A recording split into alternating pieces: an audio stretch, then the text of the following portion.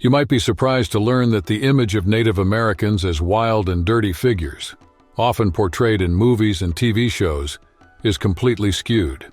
In fact, it was the settlers and cowboys who really fell short when it came to hygiene.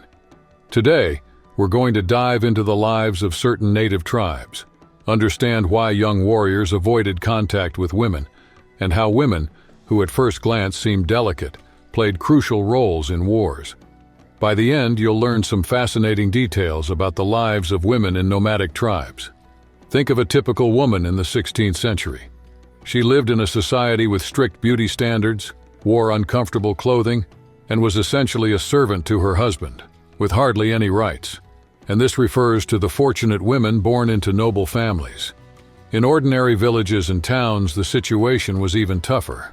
Women were seen merely as tools for political or economic alliances and had virtually no say in anything. And that's something that struck me even more.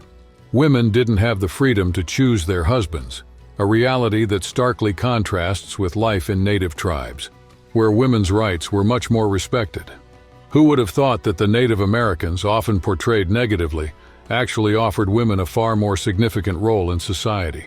In native tribes and clans, women played essential roles, responsible for important rituals and ceremonies, as well as educating the community on spiritual and religious matters. They had a say in community decisions and were key in organizing collective life. Meanwhile, men took on specific tasks like hunting. This scenario is quite different from the simplistic and stereotypical view we often have of native peoples.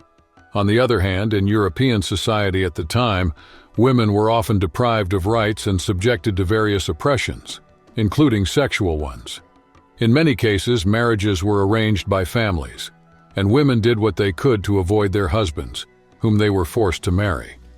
In the Kagaba tribe, the dynamics between men and women were quite unusual.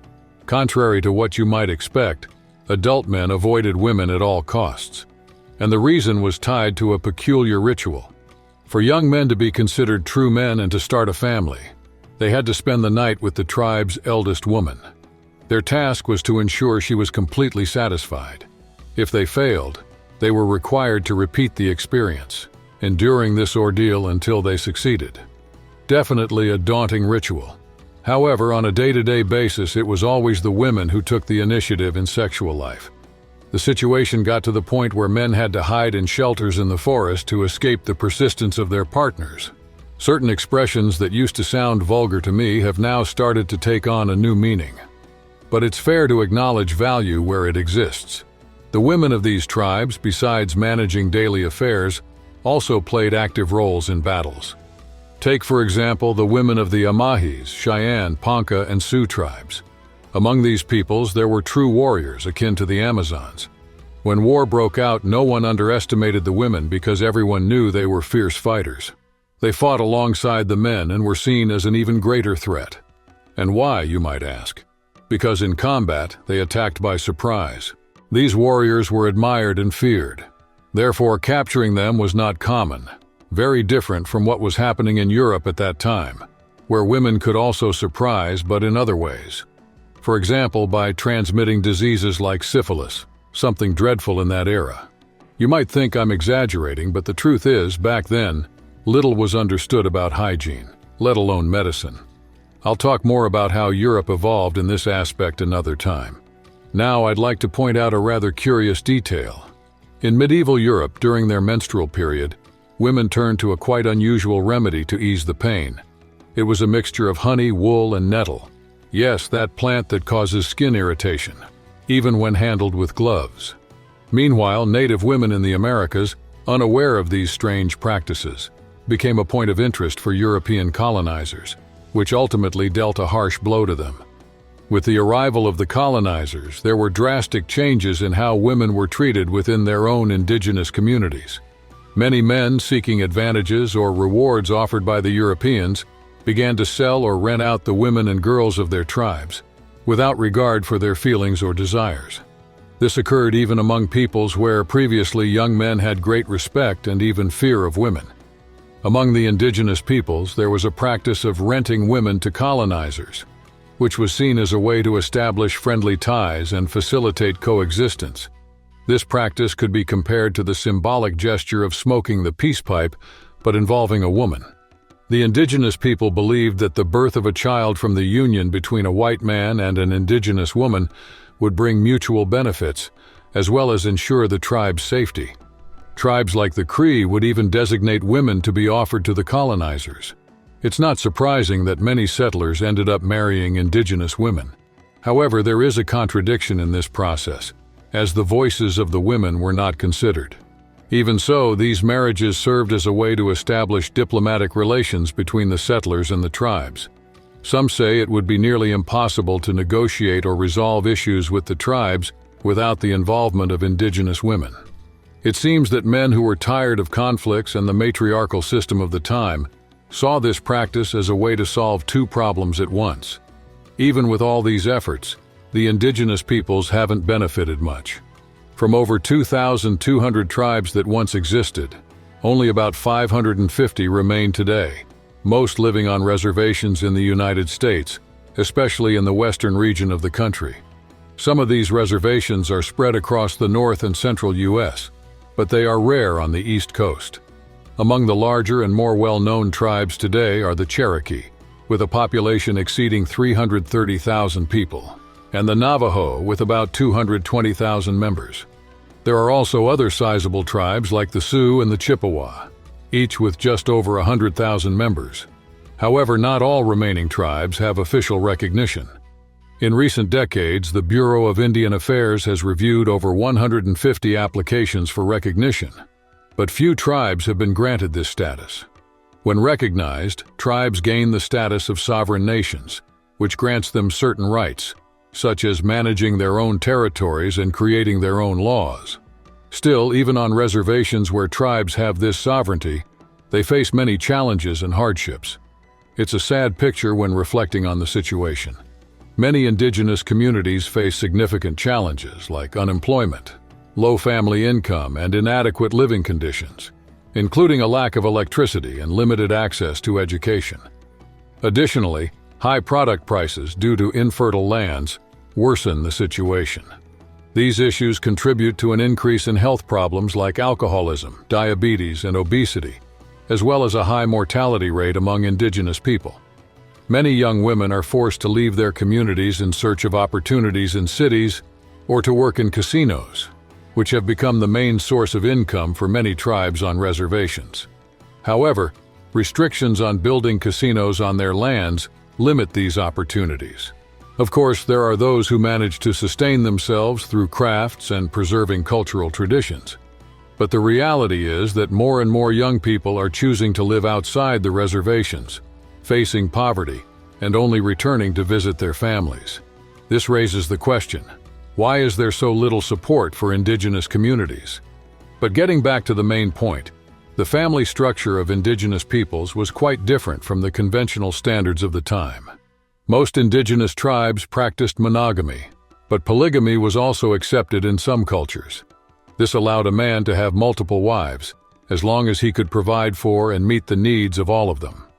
In cases where a man was fully satisfied with his first wife, it was possible for him to ask her sister to become his second wife, even without the first wife's consent. This custom, which may seem strange to us today, was considered normal within those cultures, and was reflected in their legends and traditions. One such legend tells of two sisters who lived alone until a mysterious man descended from the skies and taught them the secrets of agriculture and cooking. According to the story, this symbolized that a man could have his sister-in-law as a wife. While this might seem like an advantage, the reality was much more complex than it appeared. What really catches my attention is this. In indigenous societies, a man could be a temporary husband to a woman who wasn't his first wife. This arrangement lasted until she found a permanent partner. These practices prevented women from remaining single for long or from being childless, something that was widely accepted and even encouraged within the tribe. Marriage, for them, was viewed in a practical way, somewhat similar to our modern perspective. Young people had the freedom to live together, and if the relationship didn't work out for either party, the marriage could be dissolved without much trouble. In a way, the indigenous people were ahead of their time, as this type of marital freedom only became common in Western society much later, in the second half of the 20th century. Additionally, the respect and sensitivity that the natives showed towards women stood in stark contrast to the often brutal tactics of European colonizers.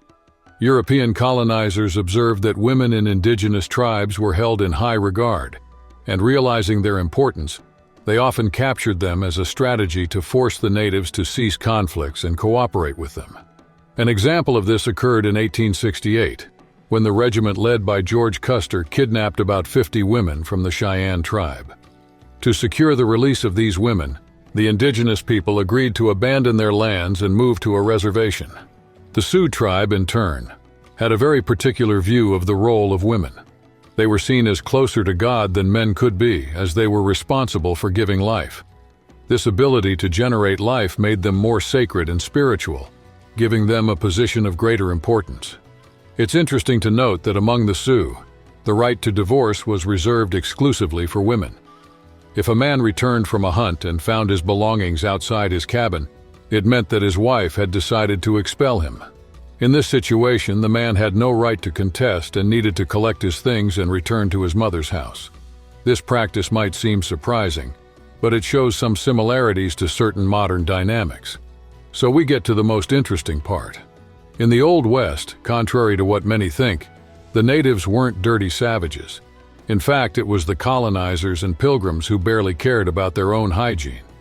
It's important to remember that back then, the worldview was quite different from ours.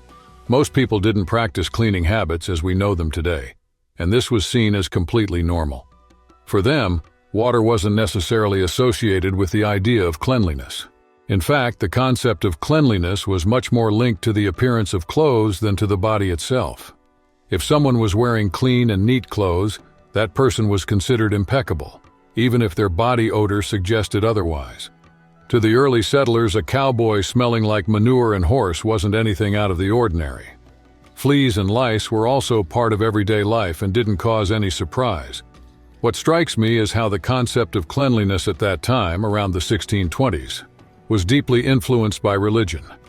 People believed that suffering on earth, including unhealed wounds and lack of hygiene, had a spiritual purpose.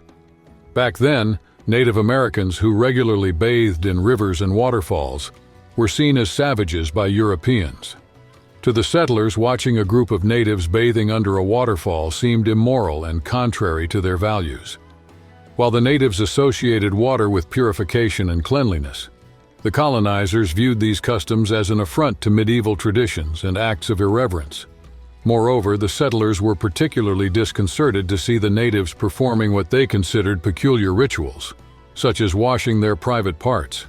Interestingly, it was only towards the end of the 18th century that Americans of European descent began to adopt the practice of bathing in rivers, lakes, and oceans. Ironically, today, this concern for hygiene is widely highlighted in movies, as if it had always been that way. An interesting point is that many settlers held a special admiration for Native women. Despite their reputation as warriors and uncompromising, these women maintained their femininity, being beautiful and well-groomed, without any traces of masculine ruggedness. Photographs taken at the end of the 19th and beginning of the 20th century clearly show the elegance of traditional attire and a taste for jewelry. Furthermore, these images capture the impeccable posture and the lively, personality-filled gaze of these women. In many tribes, women often wore shirts richly adorned with fringes, intricate embroidery, bead patterns, shells, and feathers, complemented by skirts and dresses that highlighted their natural grace. Both women and men proudly displayed a wide range of accessories. Earrings, necklaces, rings, bracelets, and other jewelry were more than just simple ornaments. Each piece carried a special meaning, reflecting the history and cultural values of the tribe.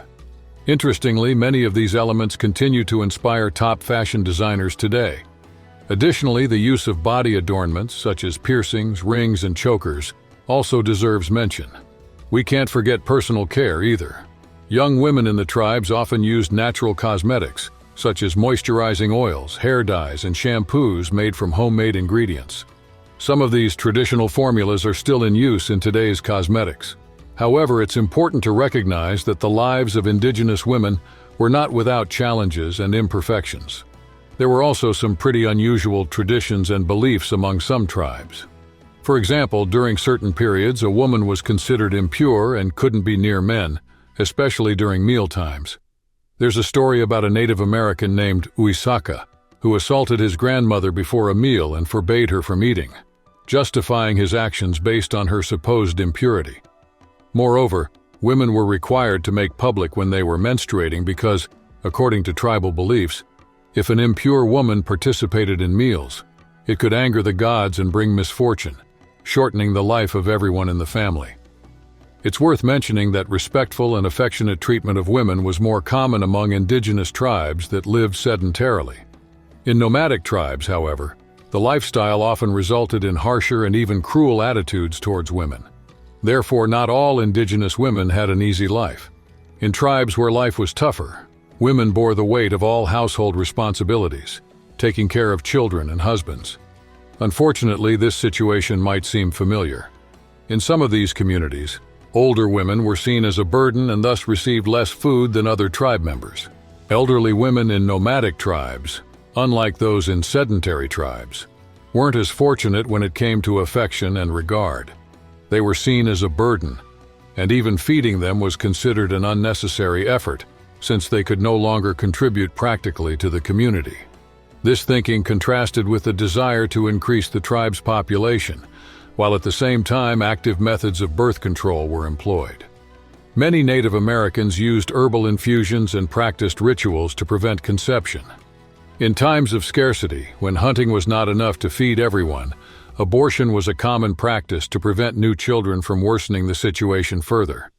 This reality led women from sedentary tribes to fight fiercely in times of conflict, determined to protect their way of life. It's sad to see such a rich and fascinating culture fading over the years.